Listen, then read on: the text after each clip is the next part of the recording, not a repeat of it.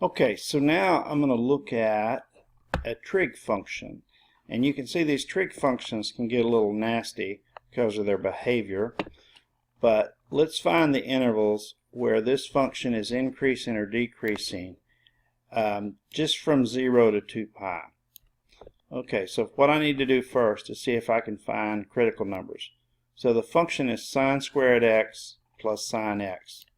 Well, using the power rule, that's actually going to be, the derivative is 2 sine x times the derivative of sine x, which is cosine x, and then the derivative of sine x is cosine x.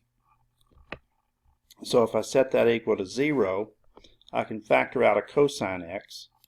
So I actually get two ways that this can be 0. This can be 0 if cosine x is 0.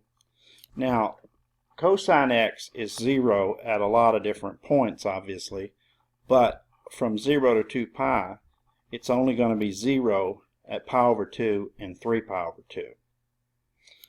Now, if you set this one equal to 0, well, you can solve this and you can find for sine x.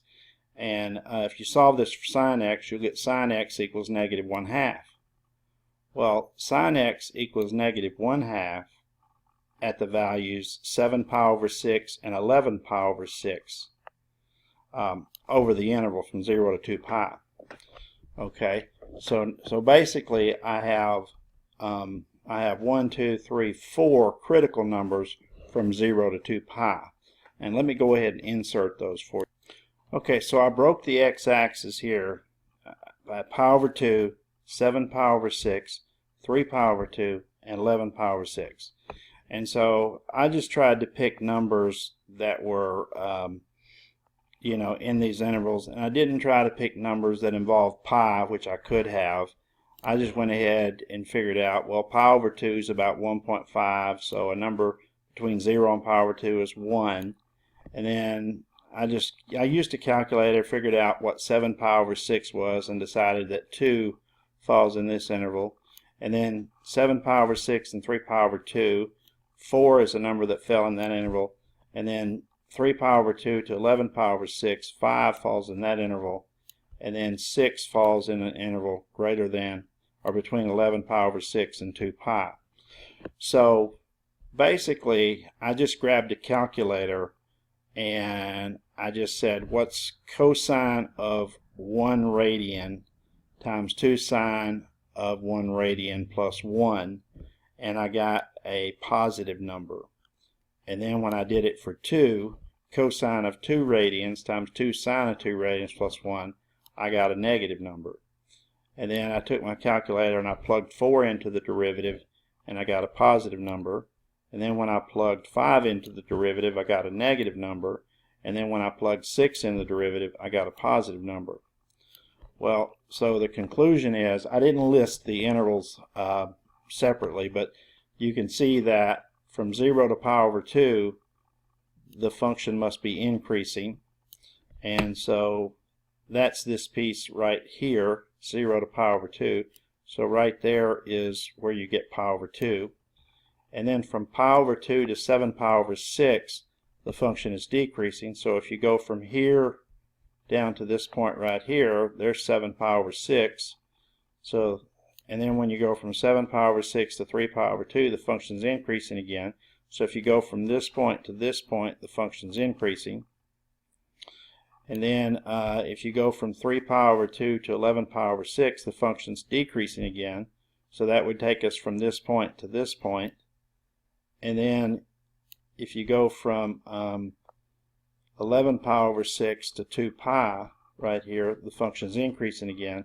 So here you can see it's increasing, and right here is where it stops at 2 pi. So basically you can see that this works. It's a little trickier with the trig function, but it does. But this test for increasing, decreasing does work for trig function. Now these are just some other examples. The tables are not set up exactly structured as I had before, but I'll just kind of summarize these, and you can pause the video if you need to, but it's basically just more of the same. This function, I got a critical number of -2, And so when I looked at everything to the left of -2 and everything to the right of -2, I found that the derivative was negative for all values to the left of -2, and the derivative was positive for all values to the right of -2. So the function is decreasing from -infinity to -2 and increasing from -2 to infinity. This function, when I took the derivative of this function, I got critical numbers of 0 and plus or minus 2. But the tricky part about this function is the domain is only -2 to +2. So you can't use values outside of -2 to 2. So really, instead of going from 0, to infinity or negative infinity, actually you can only go from 0 over to -2, because there's no values outside of -2 that you can use. So really I just get the interval between -2 and 0 and 0 to 2, and when I tested numbers in those intervals, I got over here that the derivative is positive, so the function is increasing, and here the derivative is negative, so the function's decreasing. Actually, what this is really, if I can try to draw it here, it's just a semicircle. And so right here at 0, this is where x is 0, so it's increasing from -2 to 0, and then it's decreasing from 0 to 2. Alright, and this one, I think I already did this one, or maybe I just got critical numbers for it. I can't remember, but it seems like I already did that one. Okay, now this one's a little bit strange, but remember on this one, this square root, x plus 1, has to be greater than or equal to 0. So this one we have to consider the domain. The domain has to be numbers greater than or equal to -1. It's supposed to be a 0. So x must be greater than or equal to -1. So for this one, I can't go any farther left than -1. And remember that when I set this equal to 0, you get a critical number of -2/3. And technically -1 is a critical number because it makes the derivative undefined. So I'm just going to test between -1 and -2/3, and I had to pick a number like -0.9 to test. So I plugged -0.9 into the derivative, and I got a negative value. So the function is decreasing on that interval, and then from -2/3 to infinity, I chose 0 to plug in, and when I plug 0 into the derivative, I got a positive number, so the function's increasing there. Now I believe this function looks something like this. It starts right here at x equal -1, and then it decreases for a bit, and then it continues to go up. So this right here, it's decreasing to this point right here. Well, this point here is where x equals -2/3. So you can see that as you go from -1 to -2/3, the function is decreasing, and then from -2/3 on to infinity, the function is increasing. Let's see, this function here, the critical numbers were 1 and -1, because when I set the derivative equal to 0, I got 1 and -1. So I looked to the left of -1, between -1 and 1, and to the right of 1. So I got test points in those intervals. Those were the test points I used. And when I plugged those points into the derivative, I actually got a negative value in this interval, so the function must be decreasing there. I got a positive value in this interval, so the function's increasing, and then in this interval I got a negative value again, so the function's actually decreasing. And so that's that function is, let's see, it's decreasing on -infinity to -1 to 1 to infinity, and it's increasing on -1 to 1. Okay, this application actually is a little bit earlier than it should be because it talks about maximizing a function, but I'll go ahead and try to show you, try to explain it to you. Basically, coughing forces the trachea to contract, which in turn affects the velocity of the airflow through the trachea. the velocity of air during coughing can be modeled by this function v equals k times capital R minus little r times little r squared, where little r is between 0 and capital R and k is a constant. Well, r is the normal radius of the trachea, so that would mean that r is also a constant because your trachea obviously has a constant normal radius. So really we've got two constants here. And what they want us to do is find what radius r will produce the maximum air velocity when you cough. Okay, well, here's what we're going to do.